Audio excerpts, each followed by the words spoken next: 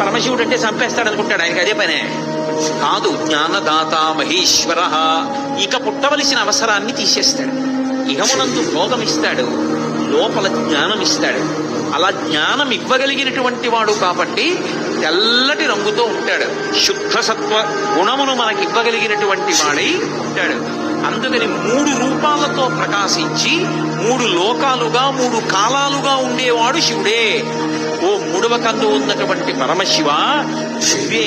సృష్టి చేసినప్పుడు బ్రహ్మ, నిలబెట్టినప్పుడు విష్ణువు, పడగొట్టినప్పుడు శివుడు. ఈ 3 కూడా దయతోటే చేస్తాడు. మరి ఎందుకంటే పడగొట్టడం 90 ఏళ్ళు రానివ్వండి, 130 ఏళ్ళు రానివ్వండి, పడగొట్టకుండా ఉంటే బాగుంటుంది. ఏ ఇతర విశ్వాసముల యందు లేని గొప్పతనం ఒక్క సనాతన ధర్మమునందే ఉంది. మృత్యువుని దేవత అని పిలుస్తారు, మృత్యుదేవత అని. భగవంతుడు అలా పడగొట్టలేదనుకోండి, జర్జరీభూతమైన శరీరంతో వృద్ధాప్యం వచ్చేసి ముడతలు పడిపోయి కళ్ళు కనపడక, చెవులు వినపడక, తినలేక, తింటే జీర్ణం కాక మంచాన పడి ఎన్నాళ్ళు రోగాలతో రుష్టులతో కొట్టుకుంటావు.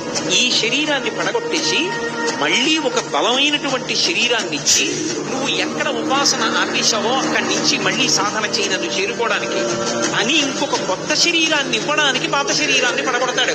ఇప్పుడు అందులో దయ ఉందా, కక్ష ఉందా? పడగొట్టకుండా ఉంచేసరికి ఏమిటి ఉపయోగం? అందరూ చీదరించు. అందుకని పరమేశ్వరుడు సృష్టి చేసినప్పుడు, స్థితి చేసినప్పుడు, ప్రళయం చేసినప్పుడు కూడా దయామయుడై ఉంటాడు తప్ప దయ లేకుండా